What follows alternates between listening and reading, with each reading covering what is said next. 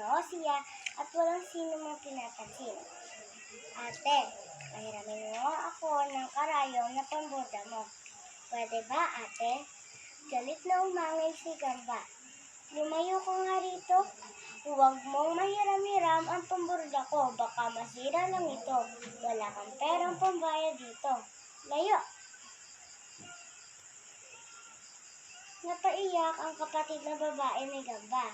Naramdaman niyang hindi siya itinuturing ng kapatid niyang ate. Parang langit ang taas nito at napakahirap abutin. Maya-maya ang kapatid na lalaki naman ang lumapit kay Gamba. Ate, tulungan mo naman ako. Pakisusi naman ang napunit na kamiseta ko.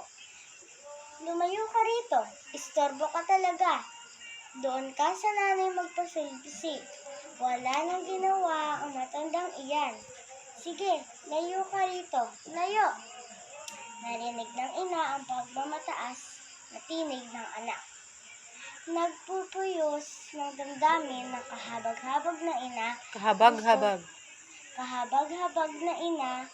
Gusto sana niya saktan si Gamba, subalit napigil siya. Sumasobra ka na, Gamba. Obligasyon mo pakitaan na mabuting asal ng mga kapatid mo. Kung sila ay nanghihiram, pahiramin mo.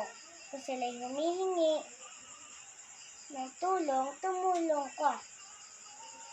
Hindi lang ang kapatid mo ang dapat pakitaan ng kagandahang loob. Lahat ng nangangailangan ay dapat mong kalingain. Parang walang narinig si Gamba. Patuloy itong humabi ng tela mula sa mga sinulid na nasa dito niya. Isang gabi, inaya ni si Gamba ng ina niya upang maghapunan. Magalit itong sumigaw. Ano ba kayo? Istorbo na naman kayo. Di ba ninyo nakikita hindi pa ako tapos sa paghahabi ko? Baka magkasakit ka, iha. Kung malilipasin ka sa pagkain. Wala akong pakialam, Gamba. Pagpigil ng pagmamahal na ina, kasalanan sa Diyos ang pagtanggi mo sa pagkain. Ano bang kasalanan? Wala akong pakialam kung kasalanan man yun. Inuulit ko, pabayaan mo ako sa ginagawa ko. Patawarin ka ni Bathala. Luha ang sabi ni ina. Sana humabi ka na lang ng humabi. Is na hiling ng kapatid na babae ni Gamba. Oo nga, humabi ka na lang ng humabi. Humabi ng humabi. Dugdong ng kapatid niyang lalaki. Ang hiling ng magkapatid ay dininig ni Bathala. Sa isang napakapangyarihang tinig, narinig ng lahat ang galit nito. Naging mapagmataas siya sa kaunti kaalamang bigay ko sa iyo. Hindi mo kinakalinga ang mga kapatid mo na kailangan tulungan. Di mo rin binibigyan ng puwang na puso ang magulang mo.